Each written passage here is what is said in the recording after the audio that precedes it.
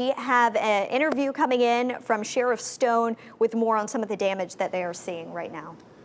And let's get right to Sheriff Stone, who we have on the phone here after that confirmed tornado damage there in your county. Sheriff, thank you so much for joining us. First, talk about where you're seeing most of the damage. I understand a lot of that is in the Dorchester area.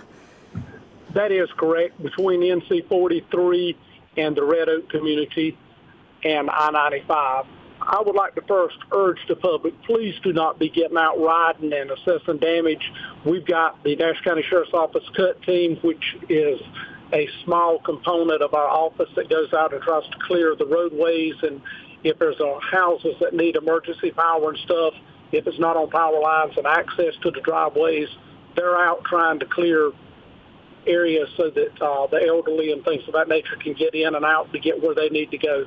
We've also got EMS, we've got the power line companies out trying to restore power. We've got power lines down. I just want to urge the public, stay out of the area until we can get the cleanup underway and make it safe for our emergency workers to have a safe community. Sheriff Stone, Jeff Hogan here in the WRAL studio. Where are you right now? What are you seeing? And what was your response to the initial calls that were coming in? What were people saying? You know, obviously people were excited. People are unsure, as would be any time you have a tornado strike down. And it's one of these times that where we as a community need to understand that we don't need to go to that area.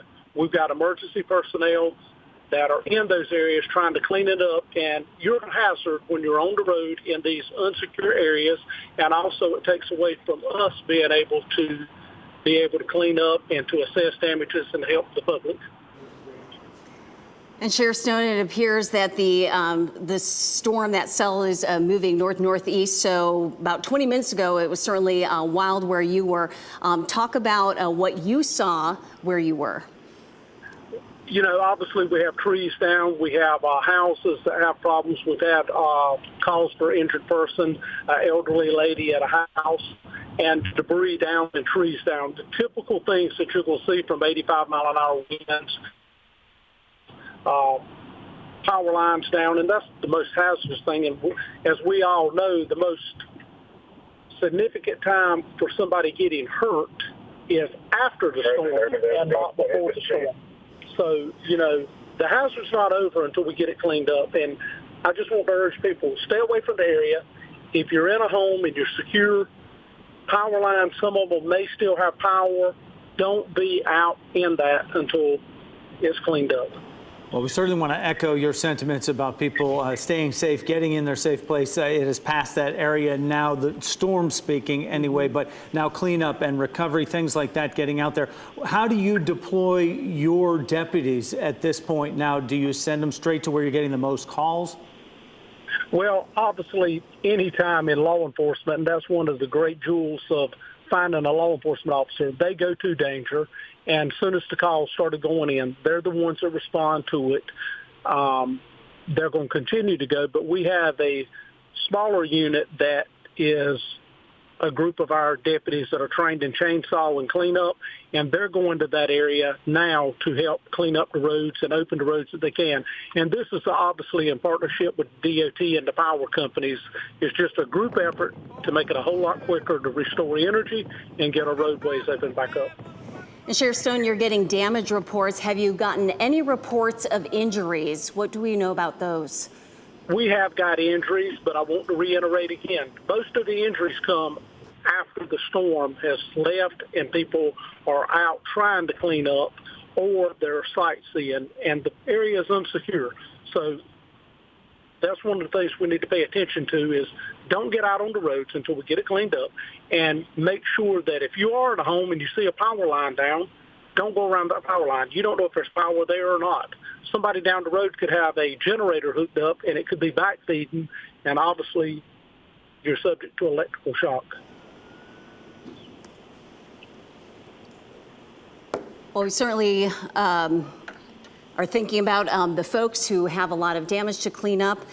There in the Dorchester area, we're hearing about along Highway 43, a lot of that damage there. For a lot of folks, you probably never even heard of Dorchester. It's a very small town in Nash County. The population in 2020 was just over 1,000 people.